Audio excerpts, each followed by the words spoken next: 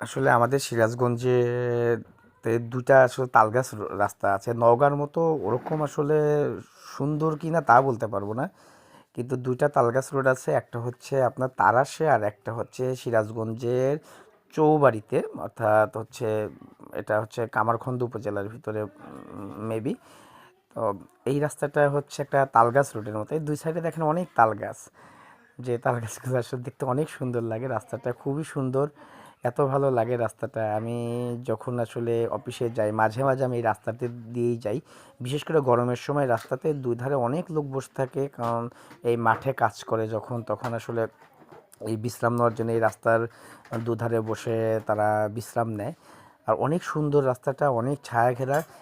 শীতের থেকে গরমে আরও বেশি মজা লাগে, কিন্তু শীতের সময় এই রাস্তাটা সৌন্দর্য কখনোই ফুরায় না। এই সৌন্দর্য সবসময়, শীত হোক গরম হোক, সবসময় একই রকম থাকে।